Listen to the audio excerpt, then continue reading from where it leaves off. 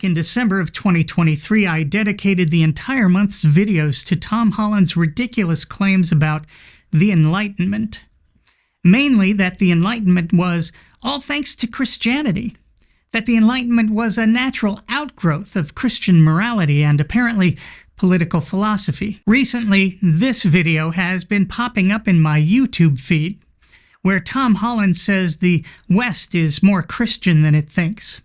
So I thought I'd make this more focused video responding to that basic claim, which I'm calling Tom Holland is more of a secular humanist than he thinks, where we look at the specific values of the Enlightenment to see if we can find their roots in the Christian Bible or pre-Enlightenment Christian thinking and behavior. The easiest way to do that is to see if the values and ideals of the Enlightenment can be found in the Bible. And by found, I don't mean taking some vague, ambiguous Bible verse and twisting it beyond all recognition. As anyone who's studied the Bible knows, you can make that book say just about anything you want it to say. The question is, are the values of the Enlightenment specifically and clearly outlined and advocated in the Bible? If they are, then why did it take Christians 1,600 years or more to start caring about those values? Hey, it's Kitchen Island Bry. Thanks for joining us. Can you go to gatewaybible.com, my favorite biblical resource, and search for anti-authoritarianism? It's one of the primary values of Enlightenment thinking. Yep, hold on. It says, sorry, we didn't find any results for your search. Not exactly surprising, is it, as God is the ultimate authority, who must not be questioned or challenged, but rather obeyed blindly, categorically, without fail. And for thousands of years, this was also true for God's alleged representatives in the church, who imprisoned and frequently murdered anyone who disagreed with Christian teachings and dogmas. Sometimes entire peoples were wiped out.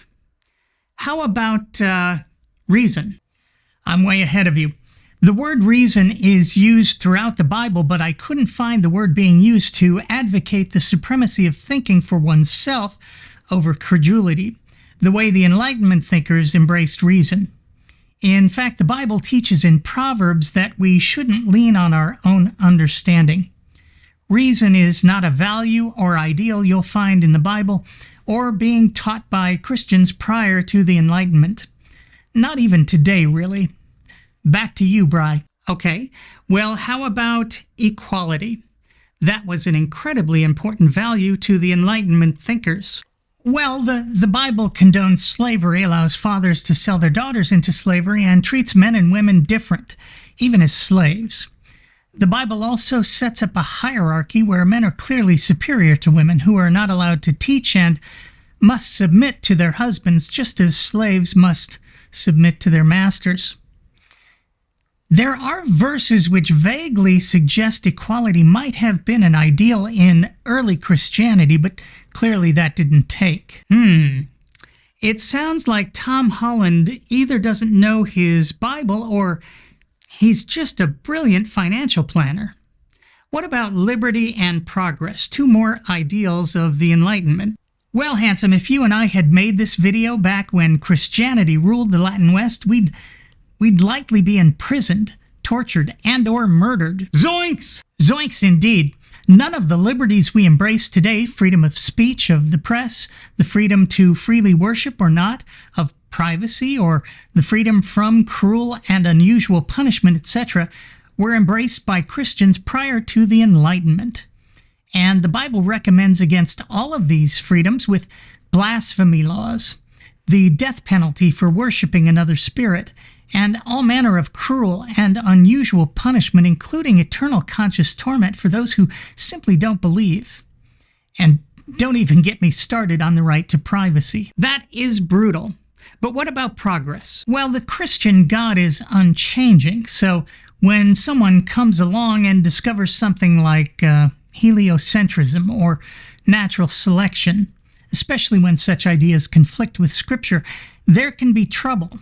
The same is true for cultural issues like parity between the sexes, racial equality, and LGBTQ+ rights, which also conflict with biblical ideals and teaching. Very interesting. Now, Tom seems like a decent guy to me, so I suspect he'd be okay with all of those things, which suggests to me that, well, to us really, that he's more of a secular humanist than he thinks. Well, that's all the time we have for this video. We'll look at the other Enlightenment values in part 1 of this 2-part series. Until then, I'm me. Thanks for watching.